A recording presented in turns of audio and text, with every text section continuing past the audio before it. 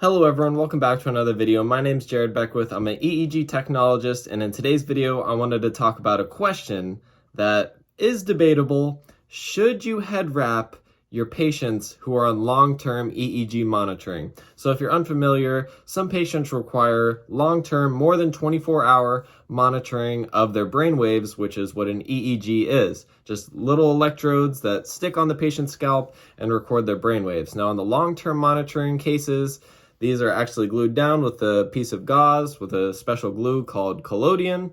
And during these patients, some hospitals head wrap these patients and some don't. For example, my hospital tries not to head wrap our patients unless we suspect that the patient's going to try to actually rip them off, like maybe a little kid or some person who has maybe dementia or something and they're not restrained and they could be easily taking them off. So in some cases we do head wrap, but in a majority of cases on our long-term monitoring patients, we don't place a head wrap. Now that might seem a little shocking to some of you, because some of you I know wrap every time you do a long-term monitoring patient. You know, you want to wrap the head and make sure the wires stay on. Well, the reason why I thought of this topic today was because I was seeing a patient who was in a long-term care facility. I was doing an EEG at one of those hospitals, and this patient had done long-term EEG monitoring multiple times. They've been in there a while. They've had so many EEGs that they're having a lot of skin breakdown. So if you're unfamiliar with that, these EEG electrodes, they're kind of like metal discs and they're pressing down onto your skin. And if you leave them on for 3, 4, 5 days, in some cases, over a week, in some cases, these metal discs that are pressing down onto your scalp, they're going to leave some skin breakdown, and you could see a little bit of, I guess, like scabbing on the person's skin, and that's not good. So I walked into a patient's room today and I saw a bunch of scabs and stuff on them. So I asked the family, so what happened? They said that they were having long-term EEG monitoring at a different hospital, and the people there, they head wrapped super tight. They were on for a long time, and they also even put the stockinette over top of the head wrap, and all that pressure pressing down on the person's skin, it was frightening. I mean, I've done a lot of EEGs and I've never really seen skin breakdown like this one. So all that pressure really built up and started to leave these scab marks on the person's skin.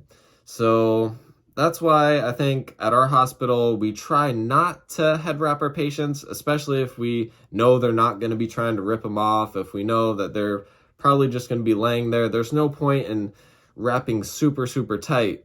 But in some cases, like I said earlier, head wraps can be a valuable thing to keep the electrodes on. But, there's some give and take with it. Everything. There's pros and cons with everything. If you wrap too tightly and have it on for a too extended period of time, it could lead to skin breakdown. But if you don't wrap the head and the patient is uncooperative and they just rip all their wires off, well, then you probably should have just wrapped the person's head. Especially... So myself, in my personal opinion, I think not to head wrap if you can, so you can avoid this.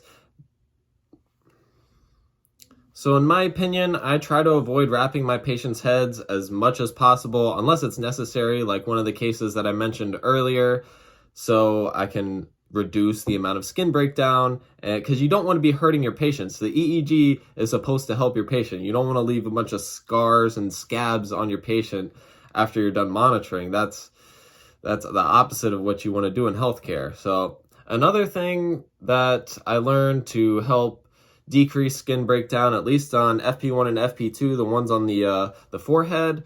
In the beginning, I was placing them, just going back like this, but I realized one of my supervisors when I was a student, they taught me if you place them kind of like going to the side, it kind of goes with the shape of the head more, and it presses down less on the scalp and is less likely to leave skin breakdown. So instead of placing them straight back, the wires going straight back, I put them to the side so they kind of like go with the curvature of the head. I mean, that's just one small tip and to reduce skin breakdown, because that's a thing that we as EEG technologists have to try to avoid as one of the bad side effects of too long of EEG monitoring, especially if you do a really tight head wrap, and even more if you put in the stockinette over the head wrap. That's going to be leaving a bunch of metal discs pressing onto the person's scalp, and we want to avoid that as much as possible. So that was my quick little rant.